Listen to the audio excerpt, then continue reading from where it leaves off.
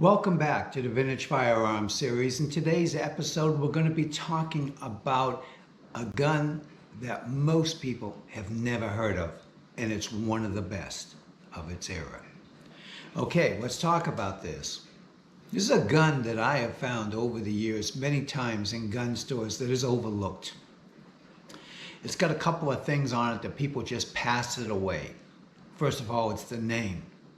You'd be surprised how many people in gun stores don't even know this name. So they get a gun in, they look at it, but they don't see it. They just look at the name on the side. That's all they know. I'm not saying they're all like that, but a lot of them are. So you look at this one. What's it say? In very tiny script, it says Lefever. Okay? Oh my gosh, Lefever Arms Company to be exact. And if you're an intelligent, whatever you do, whatever you're searching for, whatever you collect, it really doesn't matter. But the name is only part of it, you know, and you look at some other details. This has Damascus barrels, so right away that throws it in the undesirable for some because they've heard about this. But there are many options, and each gun you have to look at the options that that gun has to offer. The first thing I notice about a Lefever, to be honest with you, is the wrist. It's gorgeous. It feels good in your hands. Now, I've already looked this gun up, but I could have told you, I could have ballparked it. But Lefevers are kind of tricky. Okay, they really are. There's a couple of little things you can look for to figure out the years. But we know this is pre-1915 because that's when Ithaca bought them. And then they became a second line for Ithaca. And some people think of them that way. People who do know them might know them as an Ithaca gun, which was a very good gun, by the way, but it was their second line. So they weren't going to make the gun compete with their main line, were they? But this gun would have. This gun really would have. And it was ahead of its time, in my opinion, when it first came out in the 1880s, mid-1880s. And I have one from that period of time. I'm very proud to own that. But with this gun, it's you can look at it. The first thing I do, as I mentioned to you, is the wrist. The wrist is to die for. It's everything you want. And yet you can look at this gun that is 125 years old this year. And you not see any cracks and anything. Now, I see a little imperfection on this corner where somebody has filled it. To me, that's such a minor thing for a gun of this era. I mean, if you were looking at a $100,000 gun or some crazy nonsense, then that would be a big deal, right? Because it has to be absolutely perfect. But we're talking about a gun that can be picked up for a small amount of money. We're talking hundreds of dollars, way less than $1,000, okay? But you can't pick it off for way less than $1,000 from somebody who knows what it is. You have to find it for way under $1,000 from someone who doesn't know what it is, who doesn't pick up the gun and feel that it feels gorgeous in your hands. And another thing too is this wood was very well selected. Why do I know that? Because there's no cracks in it. It was properly dried. It has some flaws over on this side from being stored or usage or whatever. When I feel the checkering, it's of super high quality, but worn a bit. That tells me a story too. This gun was used. Now, when some guns, when they really are worn a lot, they're like flat and you can't even feel the checkering. This actually feels, it's what they call proud. It stands up. The same thing is here. So let's break it down. We know it's got Damascus barrels. We know that. Some people will tell you that this lever here should not be to the right at all. I don't, if you, it's fine. Slightly, to the left, if anything. I don't put a lot of value on that myself. I wouldn't want to get one that was like that, or for any other reason. But that's the first thing that I would do, is I would check the gun further if it had something like that. It's raining out today, so it's kind of dark in here, so if the video was not all that bright, I apologize. When you take the forearm off it, then you can see the serial number, of course. All old guns of this era had things like that. Serial numbers everywhere, because every piece was handmade and matched to all the others. This one indicates, as I had mentioned earlier, that it's from 1899. When you have the forearm on, I'll put it back on, because this is important when you're picking up a gun like this. This is rock solid. I can't move this at all. But that's not the ultimate test. The ultimate test is when you pull the forearm off, if then you can feel any movement. And there is a tiny bit of movement, okay? Now, if I was looking for a gun to shoot every day, this wouldn't fit. It failed a pretty important test. But you have to ask yourself, are you going to shoot this gun every day? And what kind of ammo are you going to shoot? This tells me pretty much that when this gun was made in 1899, he was probably shooting nitro through it.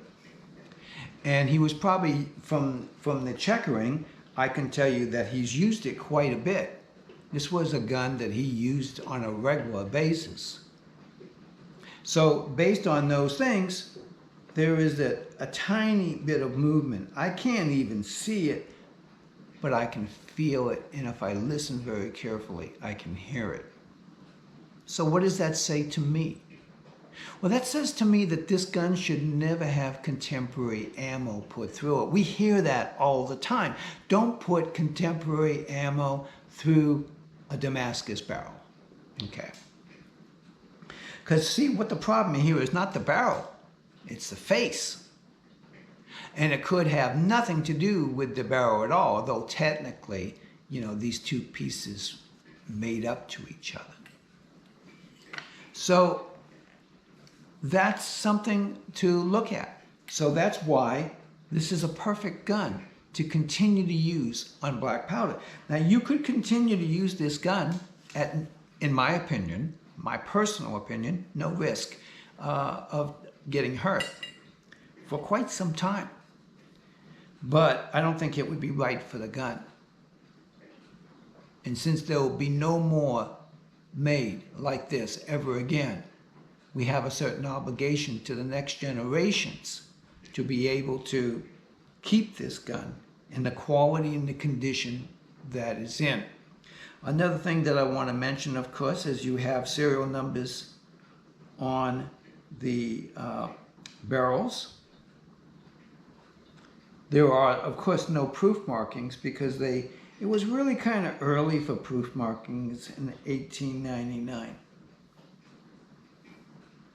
Now, some people will tell you they can tighten them up, and this would be a good candidate for tightening up, but it wouldn't really, when you tighten them up, they don't last.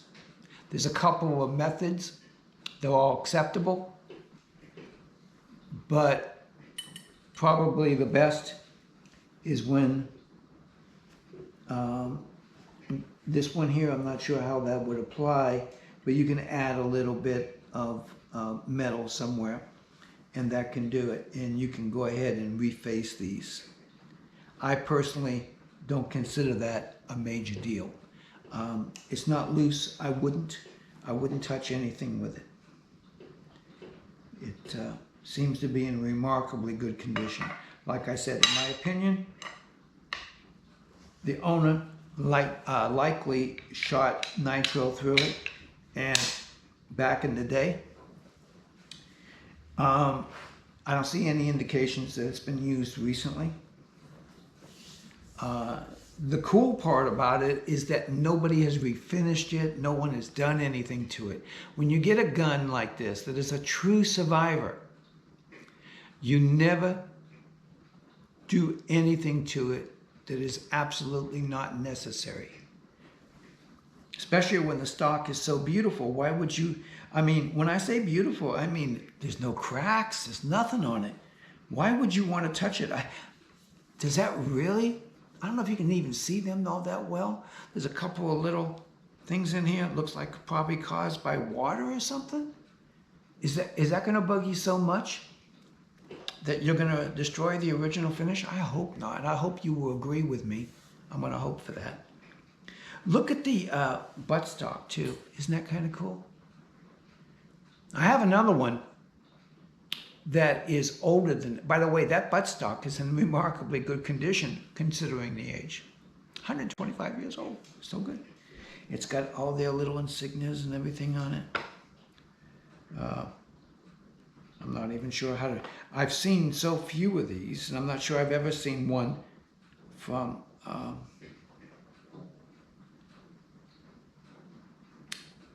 this company.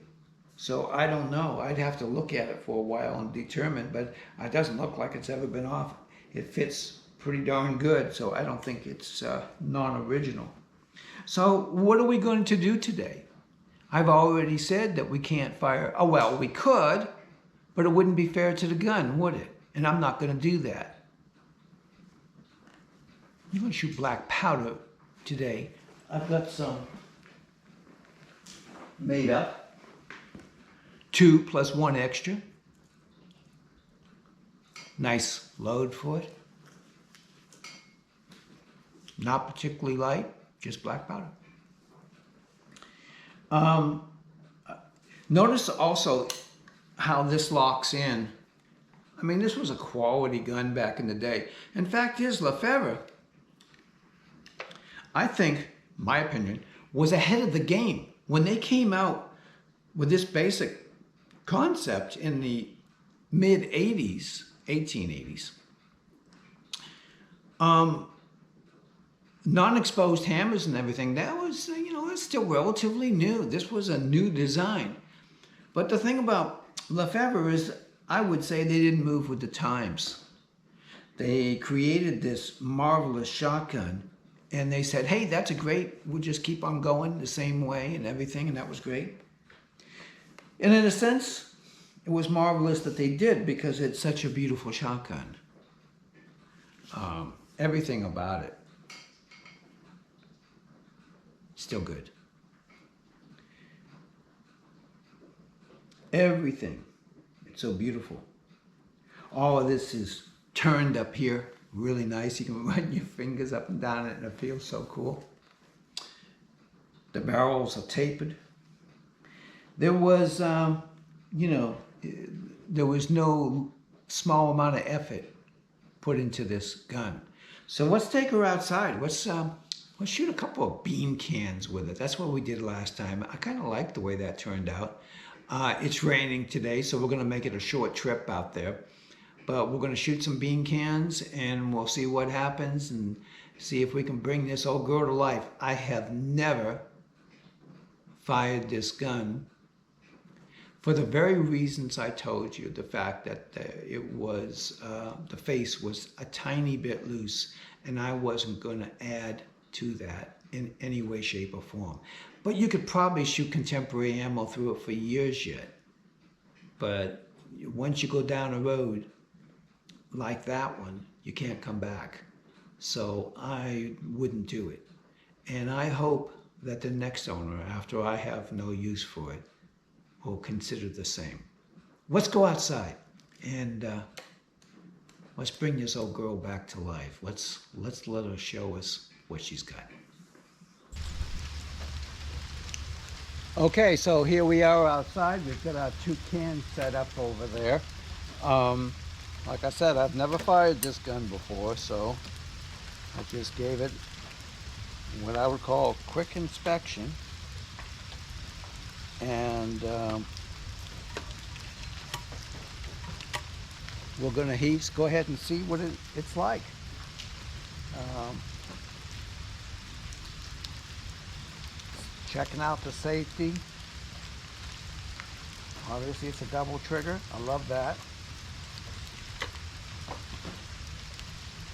Okay, so we'll go for the left hand first and give it a run.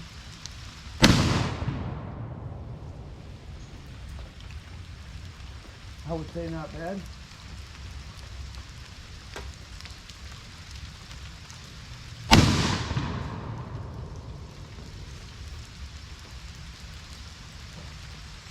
I would say a successful endeavor.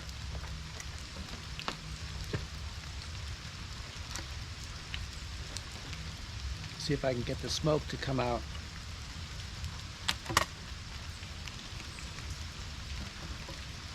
I'd like to come out on your side. Not the way the wind's going. Oh, there we go, a little bit.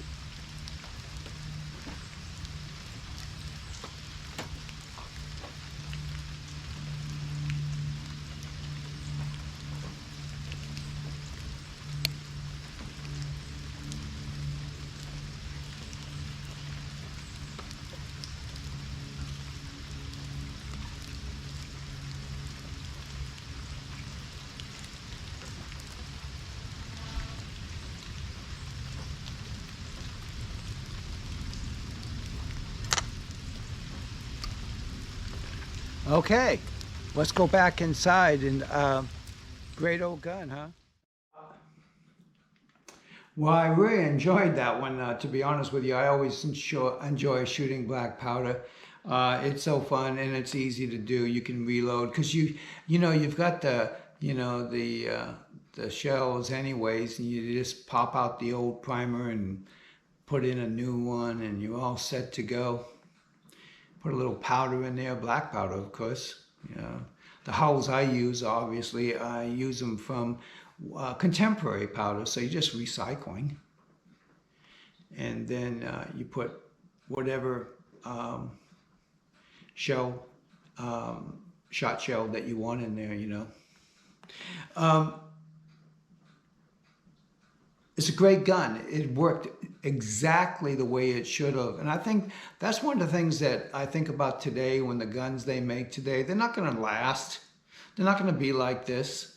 They're not going to have this longevity, 125 years. And it's still, you could go out and do everything with it that the original owner did with it. He would pick this up in his hands and he wouldn't even notice the difference. He would keep on working at 125 years old. He might not be as quick, but the gun would be. It just, it was beautiful to have in my hands. And again, that wrist is just something that they have a hard time replicating today. And one of the reasons for that is that the quality of wood isn't there. So they make these big and thick, and all of these manufacturers that try to duplicate, even the original manufacturers, when they come out and try to duplicate one of their guns, they know that the quality of the wood isn't there. They know that. And so they have a tendency to be cautious because they don't want them to crack in the wrist. This gun would be destroyed if you just had one crack in that wrist. Yeah, you can fix it sort of, but depending on where the crack is and which way it's going and all kinds of stuff. But that's why it's such a big deal when guns get cracks in the wrist. Would I have bought this gun had it had one? No, I wouldn't have, because there's enough out there where you can be selective. But the truth of the matter is, if the gun was properly cared for, I think the odds of it having a crack in the wrist is very, very slim. I hope you've enjoyed this video. It's always super to shoot black powder.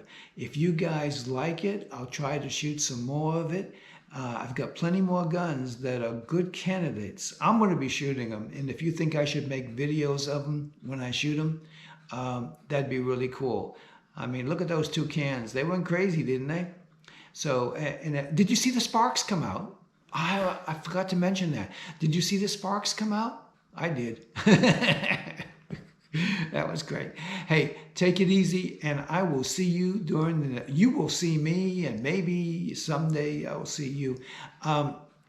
But in the next episode, which will be coming up in just a couple of days, as I'm doing them now. Take it easy. Thank you so much. I appreciate you. The subs are growing. I'm thankful that, and this will be my 71st video.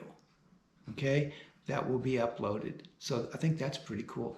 Thank you so much. In just a very, very short period of time. I mean, it's just been a little over 2 months. Thank you so much. Bye-bye now.